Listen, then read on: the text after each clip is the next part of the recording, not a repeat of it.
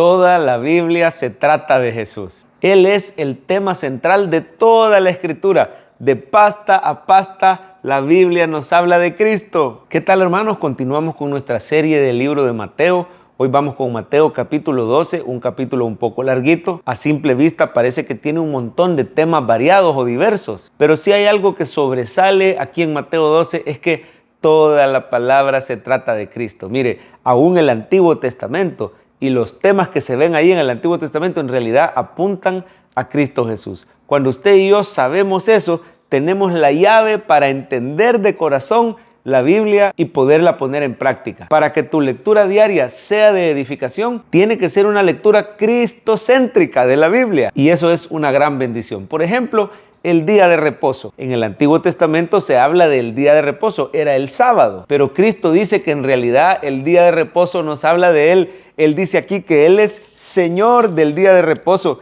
Mire por favor Mateo 12:8, porque el Hijo del Hombre es Señor del día de reposo. El día de reposo era un día de la semana que las personas no tenían que trabajar, no se tenían que fatigar con sus labores normales. Hacían una pausa para adorar al Señor, para descansar en Él. Físicamente descansaban, así como Dios reposó el séptimo día de la creación. Pues así los hombres descansamos, pero es para dedicarnos a la palabra, a la oración. Y en el antiguo pacto había que guardar rigurosamente el día de reposo. El que no lo guardara era desarraigado, era arrancado del pueblo. Pues mire, los fariseos no habían entendido que en realidad el día de reposo apuntaba a Cristo. Pues gracias a Él, usted y yo reposamos de nuestras obras. Mire, en Cristo Jesús, usted y yo ya no tenemos que trabajar la ley para ganarnos la salvación o el favor de Dios. Es reposando en Cristo y en su obra perfecta en la cruz. Por eso se dice que Él es Señor del día de reposo.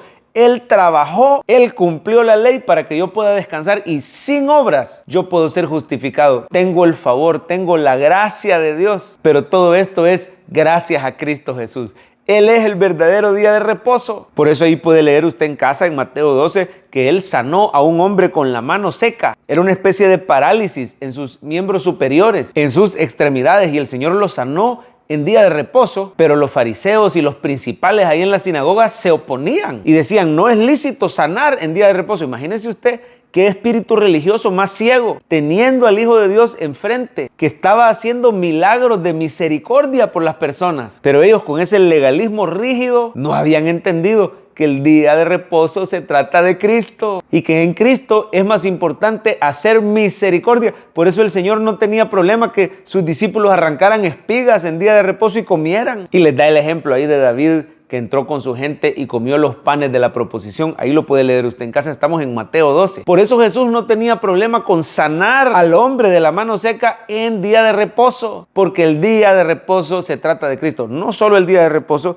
también el templo del Antiguo Testamento apuntaba a Cristo Jesús. Mire por favor el versículo 6, Mateo 12:6 dice, pues os digo que uno mayor que el templo está aquí. Como diciendo, el templo del antiguo pacto en realidad apuntaba a mí. Yo soy el verdadero templo que va a ser destruido y yo lo voy a reedificar en 3 días, dice. Refiriéndose a que lo iban a crucificar, pero Él iba a resucitar. Cristo es el verdadero templo. Él es el verdadero día de reposo. Miren, ¿sabían que Jonás en realidad nos hablaba de Cristo? Así como Jonás estuvo 3 días y 3 noches en el vientre del pez y luego fue sacado y empezó a hablar la palabra de Cristo. Así nuestro Señor iba a estar 3 días en esa tumba, pero después iba a resucitar y nos iba a enviar a nosotros a predicar su palabra. Jonás en realidad apunta a Cristo Jesús. Por eso dice Mateo 12:41, al final dice, he aquí más que Jonás en este lugar. Hay uno mayor que Jonás aquí y está hablando de Él mismo. Mire cuántas llevamos. Cristo el verdadero templo, Cristo el verdadero día de reposo. Cristo es mayor que Jonás y mayor que Salomón también. Mire por favor al final del 42. Dice, y he aquí más que Salomón en este lugar. Recuerde la sabiduría que tenía Salomón y aquella reina Saba que vino desde lejos para oír personalmente esa sabiduría. Así hoy en día personas de naciones lejanas están viniendo a Cristo para recibir su salvación y su sabiduría. Cristo, el verdadero Salomón, el verdadero Rey de paz. Así que aquí queda claro en Mateo 12 que toda la Biblia se trata de Jesús. Cuando usted la lea, pídale al Espíritu Santo que abra su entendimiento para que usted pueda ver a Cristo y su gloria reflejado en las Escrituras. Cuando vemos al Señor somos transformados de gloria en gloria. Él fortalece nuestra fe. Comenzamos a ser sanados, comienzan a ocurrirnos milagros. Mire cómo el Señor Jesús no le negaba milagros de sanidad a nadie. Quiero que vea el versículo 15. Sabiendo esto, Jesús se apartó de ahí y le siguió mucha gente y sanaba a todos. Nunca decía, este no merece ser sanado, el otro es gentil, el otro es judío. No, el Señor no hacía acepción de personas. Él sanaba a todos y aún hoy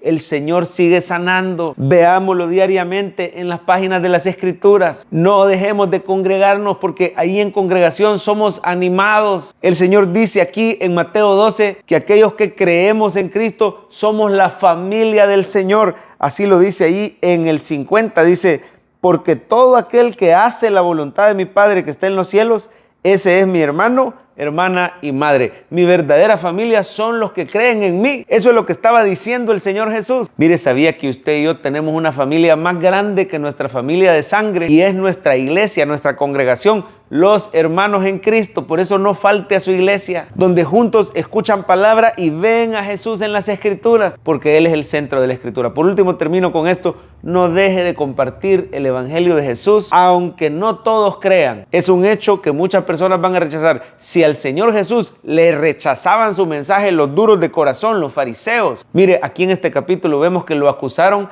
que echaba fuera a los demonios por Belcebú. Blasfemaron contra el Espíritu Santo, diciendo que el Señor Jesús tenía poderes satánicos. Y el Señor les advierte de la blasfemia del Espíritu Santo. Mire rápido, por favor, en el 32. A cualquiera que dijere alguna palabra contra el Hijo del Hombre le será perdonado, pero al que hable contra el Espíritu Santo no le será perdonado ni en este siglo ni en el venidero. La blasfemia contra el Espíritu Santo, algunos creyentes se afligen si han cometido ese pecado. No, hermano, ese pecado lo cometen personas incrédulas, como aquí en el pasaje eran fariseos duros de corazón que negaban el testimonio del Espíritu Santo acerca de Cristo. Están viendo los milagros, las liberaciones, las sanidades, y se atrevían a decir que en realidad era por el poder de Satanás. Y el Señor los corrigió ahí y les advirtió de la blasfemia contra el Espíritu Santo. Luego le están pidiendo señales y quisiera milagros. Y no es que está mal que el Señor haga milagros. De hecho, venía haciendo un montón de milagros y mucha gente creía en Él. El problema es que aquí los incrédulos, los duros de corazón, le pedían señales como una excusa para no creer en Él. Así que no se preocupe si hay personas que no creen en Jesús. Por más que usted les testifique, les predique, no deje de orar por ellos. No deje de creer que el Señor les puede cambiar. Pero sobre todo, no se desanime. Mantenga su mirada en el Cristo vivo, en el Cristo de las Escrituras. Recordemos que no hay mayor edificación que sentarse diariamente a los pies de Cristo.